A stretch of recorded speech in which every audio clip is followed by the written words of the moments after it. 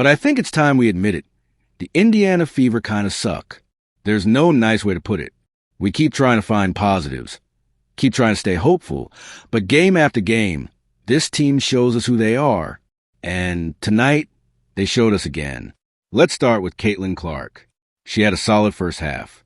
Her pick-and-roll chemistry with Aaliyah Boston was electric. 7 assists early on. She was reading the floor, making smart passes, driving strong. It looked like the Fever finally had something going. But then came the second half, and everything collapsed. ekCaitlin had a bad stretch. No sugarcoating it.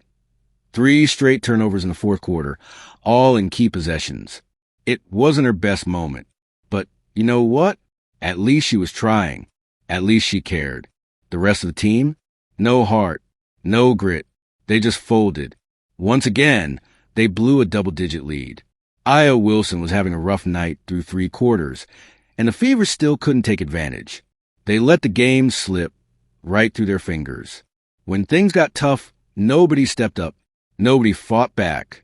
That's not a team with backbone. That's a team that caves under pressure. And let's talk about coaching. The system Stephanie White is running is not built for ekCaitlin Clark. This slow-motion offense kills the flow.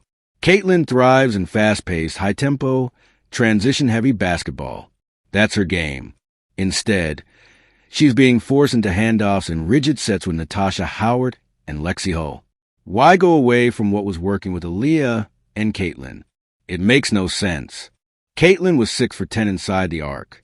When she's aggressive, the Fever actually look dangerous. But she's settling for too many threes, and not rhythm threes either. They come in awkward bunches, not in flow. And if you're trying to turn ekCaitlin Clark into a typical off-ball shooter, then you're not using her right. You're wasting a generational talent. Aaliyah Boston, 18 points in the first half, barely touched the ball in the fourth. Sophie Cunningham was invisible. Bree Turner shouldn't be seeing the floor. Kelsey Mitchell only showed up in the fourth quarter. Sid Carlson actually played well early, but the rotations just made no sense. As the game got tight, this team collapses. With ekCaitlin, it collapses. Without her, it collapses.